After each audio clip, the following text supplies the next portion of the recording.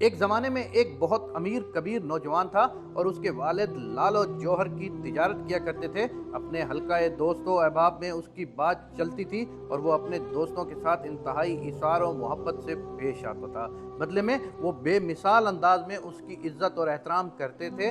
دن گزرتے گئے، نوجوان کے والد کا انتقال ہو گیا اور خاندان بہت غریب ہو گیا۔ چنانچہ نوجوان نے اپنی خوشحالی کے دنوں کے پرانے دوستوں کو ڈھونڈنا شروع کیا۔ اسے پتہ چلا کہ اس کا سب سے پیارا دوست، جس کی وہ تکریم کرتا تھا، جس کے ساتھ اسے بہت زیادہ پیار تھا، جو کبھی اس کی بات کو نہیں ٹالتا تھا، بہت زیادہ امیر ہو چکا تھا اور بہت زیادہ محلات اور جائیداد کا مالک بن چکا تھا۔ چنانچہ وہ اس کے پاس اس امید سے گیا تاکہ وہ اسے کسی نوکری پر رکھ لے یا پھر اس کے حالات بہتر کرنے کا کوئی راستہ تلاش کرنے میں اس کی مدد کرے۔ جب وہ محل کے دروازے پر پہنچا تو خدام و حشام نے اس کا استقبال کیا۔ اس نے ان سے گھر کے مالک سے اپنے تعلقات اور ان کے درمیان پرانی محبت کا ذکر کیا۔ خدام گئے اور اپنے مالک کو ان کے جگری دوست کے آنے کی خبر سنائی۔ وہ اٹھ کر پردے کے پیچھے سے ایک ایسے شخص کو دیکھتا ہے جس کے کپڑے پھٹے ہوئے ہیں، غربت و فقیری اس کے چہرے سے عیاں ہے، لہٰذا اس نے ملنے سے انکار کر دیا۔ امیر دوست کے خادم اسے بتاتے ہیں کہ ہمارا مالک کسی سے بھی نہیں ملنا چاہتا۔ پس وہ محل سے اس درد و الم کے ساتھ نکلا کہ کیسے یہ رشتہ محض میری غربت کے سبب مر چکا ہے اور کیسے لوگوں کے دلوں میں اقدار و مروت ختم ہو گئی ہے۔ محل کے قریب اس نے دیکھا کہ 3 لوگ آپس میں بحث کر رہے ہیں، جیسے وہ کسی چیز کے بارے میں استغفار کر رہے ہوں۔ وہ ان سے پوچھتا ہے کہ کس بارے میں آپ بات کر رہے ہیں۔ وہ اس کے والد کا نام لے کر کہتے ہیں کہ وہ فلاں ابن فلاں کو ڈھونڈ رہے ہیں۔ اس نے ان سے کہا کہ وہ میرے والد ہیں اور وہ بہت عرصہ پہلے فوت ہو چکے ہیں، جس پر وہ بہت افسردہ ہوئے۔ وہ اس کے والد کی خوبیاں بیان کرتے ہوئے کہتے ہیں کہ اس کے والد لالو جواہر کے بہت بڑے تاجر تھے۔ ہمارے پاس مرجان کے قیمتی ٹکڑے ہیں جو اس نے امانت کے طور پر ہمارے پاس چھوڑے تھے۔ چنانچہ انہوں نے مرجان سے بھرا ہوا ایک بہت بڑا تھیلا اس کے حوالے کیا اور چل دیے۔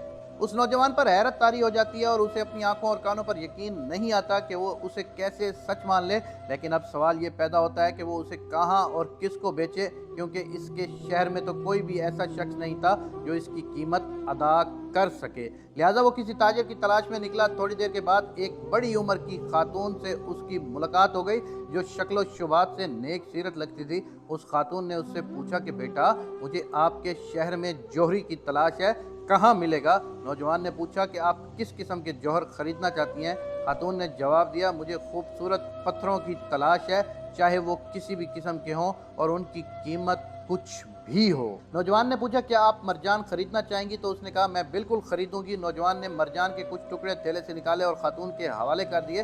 خاتون نے جب قیمتی پتھر دیکھے تو حیران رہ گئی اور وہ ٹکڑے خرید لیے اور کہتی ہوئی چلی گئی کہ وہ باقی والے ٹکڑے خریدنے کے لیے دوبارہ آئے گی۔ یوں نوجوان کے حالات میں بہتری آنے لگی اور اس کی تجارت بحال ہونے لگی۔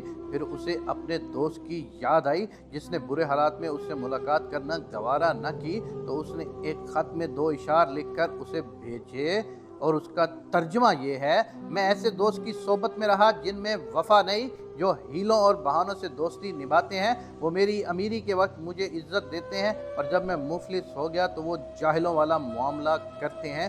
جب اس کے دوست نے یہ اشعار پڑھے تو اس نے جواب میں 3 اشعار لکھ کر بھیجے جس کا ترجمہ یہ ہے، جہاں تک 3 لوگوں کی بات ہے جو محل کے باہر ملے ہیں، وہ کوئی حادثہ نہیں تھا بلکہ ایک چال تھی۔ جس عورت نے تم سے مرجان خریدا وہ میری ماں تھی اور تم میرے بھائی ہو اور میری آخری امید بھی۔